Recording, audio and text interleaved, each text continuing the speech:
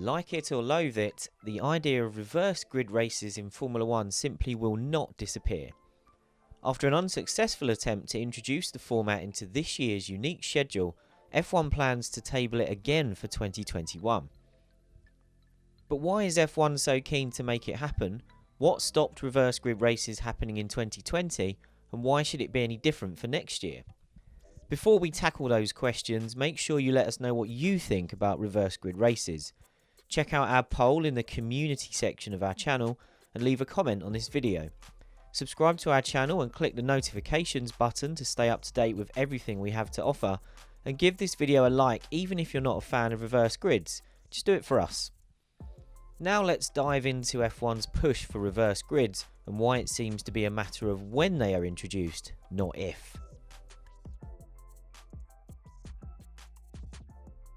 F1 bosses have talked about having a reverse grid race added to the weekend schedule for some time. Back in 2019, the original suggestion was for the format to be trialled at select races in 2020, with the French, Belgian and Russian GPs as the target. That idea didn't have enough support and was dropped, but F1 has retained its interest in the format. It then revived its efforts after the pandemic forced the rule makers to come up with an unusual schedule, including double headers at 2 venues so far, and maybe several more when the rest of the calendar is worked out. F1's idea was to use one each of the back-to-back races at the Red Bull Ring and Silverstone to trial a Saturday sprint race to determine the grid for the Grand Prix on the Sunday. The grid for the short Saturday sprint race would be the reverse of the championship order, not from a qualifying session as is often assumed. Then the results of the sprint race would form the grid for the Grand Prix. F1's argument is this would prevent the second part of a double header simply being a repeat of the first. It would also be an opportunity to trial reverse grid races in reality, so the idea can be assessed properly for the future rather than just being a hypothetical debate.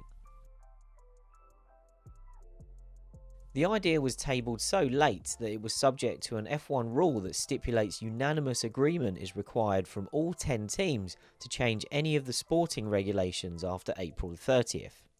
And Mercedes said no to reverse grids, which meant the idea never even properly got off the ground. Mercedes team boss Toto Wolff outlined 3 fundamental reasons for his objection. Number 1, that F1's a meritocracy and doesn't need a gimmick to create more exciting racing.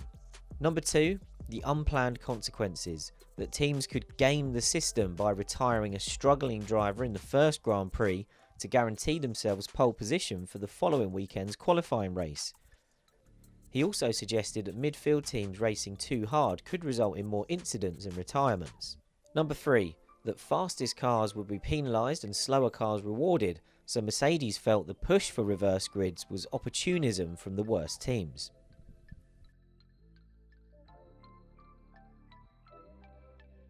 The other factor that's important here is that beyond the simple teams vote, F1 has a very complex rule-making system, and unanimity is at the heart of it.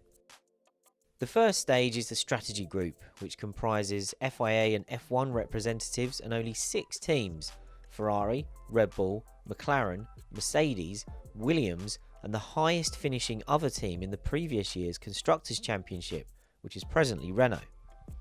The next stage is the F1 Commission, comprising the FIA, F1, all 10 teams and other major stakeholders including race promoters.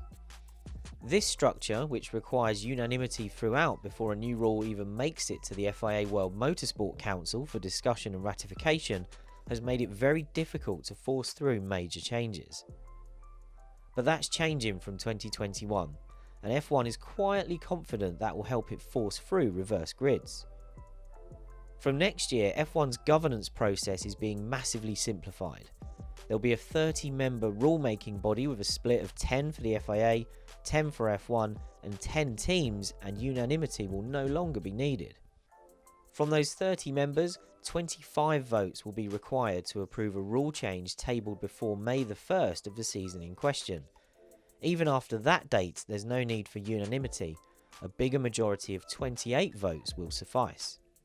As new cars aren't going to be introduced until 2022 and development is restricted for 2021, the carryover of chassis into next season means there is a good chance of a very similar, if not identical, competitive order. So F1 is keen to try again for reverse grids, and under the new voting system, assuming it still has the FIA's full support, only half the teams on the grid would need to approve it. That would mean any team, like Mercedes, would be powerless to stop the new format being implemented. And even if Mercedes rallied its customer teams, which next year would be McLaren, Racing Point and Williams, it would not have enough opposition to prevent the change.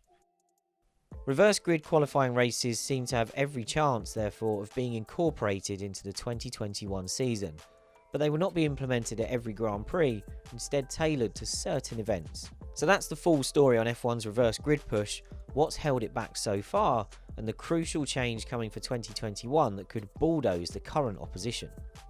What do you think about the proposal? Is it worth experimenting with just to see how it works in reality? Or do reverse grid races have no part in F1? Which races do you reckon would be the best contenders if it is done on an experimental basis? Let us know in the comments below, and if you haven't already, give this video a like, even if you hate the idea of reverse grids, and subscribe to our channel so we can see you next time as well.